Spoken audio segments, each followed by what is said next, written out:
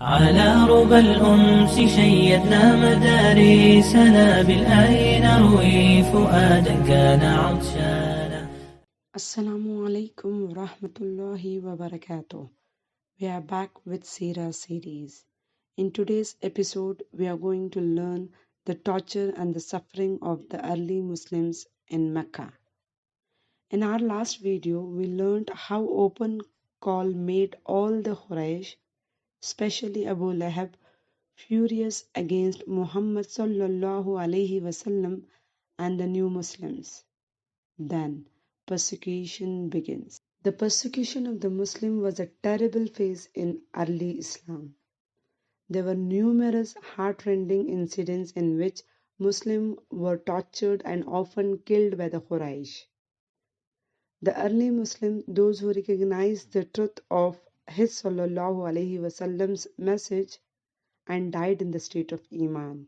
In the early days of Islam in Mecca, the new Muslims were often subjected to abuse and persecution by the mushrikeen of Mecca.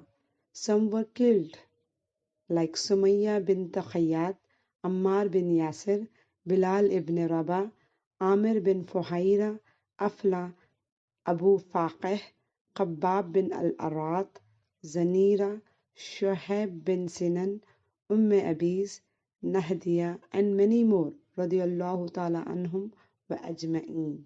Sumayya bint Qayyat radiyallahu ta'ala an, the seventh convert to Islam.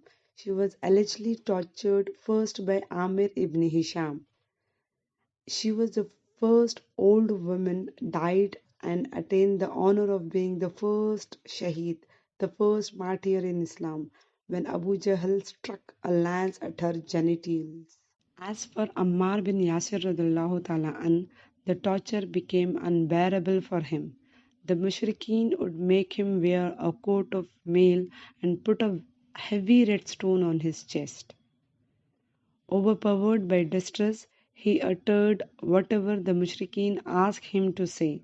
However, at heart he remained full of faith. Bilal ibn Rabah, being whipped after he declared his Islamic faith. When Bilal's slave master Umayyah ibn Khalaf found out, he began to torture Bilal radiallahu ta'ala an. At the instigation of Abu Jahl, Umayyah bound Bilal and had him dragged around Mecca as children mocked him. Bilal ibn Rabah radiallahu ta'ala an endured the affliction, reaffirming his faith in Almighty Allah by calling Ahad, Ahad. Amr bin Fuhaira radiallahu ta'ala an was another early believer who endured beating up merciless that he lost his senses and did not know what he was saying. Afla, who is also called as Abu Faqih radiallahu ta'ala an, was usually taken out in the scorching heat at noon and forced to lie naked with a heavy stone on his chest.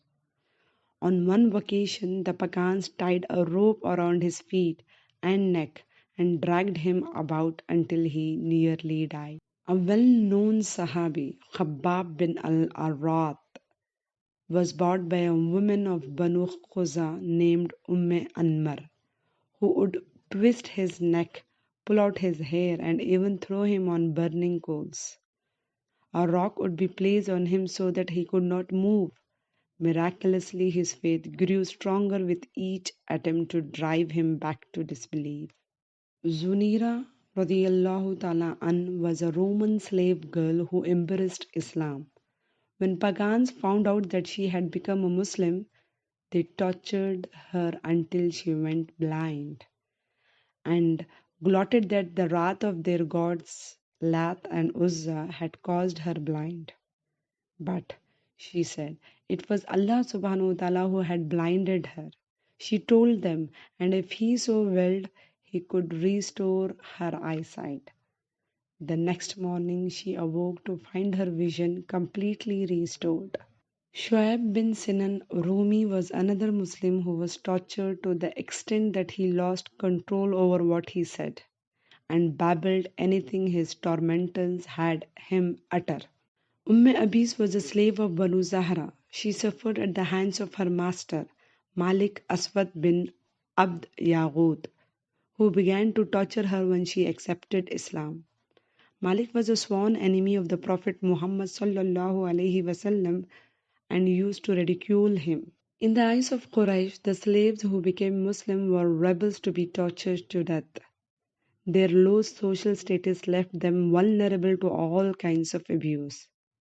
Nevertheless, not even wealth and social standing guaranteed complete immunity to Muslims. Usman bin Affan was tortured in various ways. Once his uncle wrapped him up tightly in a mat and burned incense from below.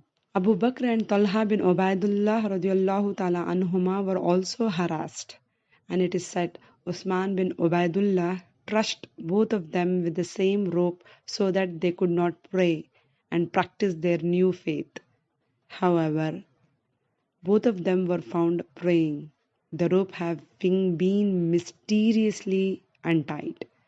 Since both of them had been fastened with the same rope, they came to be called Kharayan, which means joined together. There were numerous incidents in which Muslims were tortured. We just mentioned a few. It was a general policy. The Mushrikeen persecuted new Muslims, often to the point of death, especially if the convert belongs to a weaker section of tribal society.